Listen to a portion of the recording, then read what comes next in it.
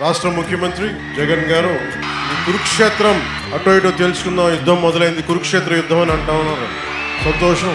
కాకపోతే వాళ్ళు కౌరవులో పాండవులో వాళ్ళు తెలుసుకోవాలి. ఎందుకంటే నేనైతే వాళ్ళు కౌరవులే అనుకుంటున్నాను. మీరు కురుక్షేత్ర యుద్ధం అన్నారు కాబట్టి 100 మందికి పైగా ఉన్నారు కాబట్టి మీరే కౌరవులు నేను అనుకుంటా ఉన్నాను. కురుక్షేత్రం అనే పదప్రయోగం మీకు నచ్చకపోతే కింగ్ జేమ్స్ బైబిల్లో చెప్పినట్టుగా డేవిడ్ అండ్ గొలాయత్ అనే కథ తెలుసుంటే చాలా మందికి. కింగ్ జేమ్స్ బైబిల్లో గొలాయత్ అని ఒక బలవంతుడు ఫిలిస్టైన్ ఆర్మీకి అందరి తరపు నుంచి పోరాటం చేయడానికి ఒక అవకాశం ఇస్తారు.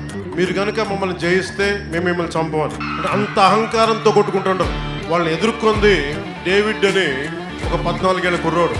వాళ్ళ దగ్గర కత్తులు, కటార్లు, ఆయుధాలు ఉంటే చిన్న ఉండేలు దెబ్బ, గొర్రెలు కాపురా కుర్రోడు, చిన్న ఒడిసి కర్ర ఉంటుంది కదా, ఒడిసేస్తాం తోడేళ్ళు కొట్టడానికి, ఒడిసి కొరతో కొట్టి చంపేస్తాం. సో జగన్ గారి దృష్టిలో చెప్తున్నాను, మీకు కురుక్షేత్రం అంటే కురుక్షేత్రం, డేవిడ్ అండ్ గొలాయత్ అంటే డేవిడ్ అండ్ గొలాయత్, చాయిస్ మీది.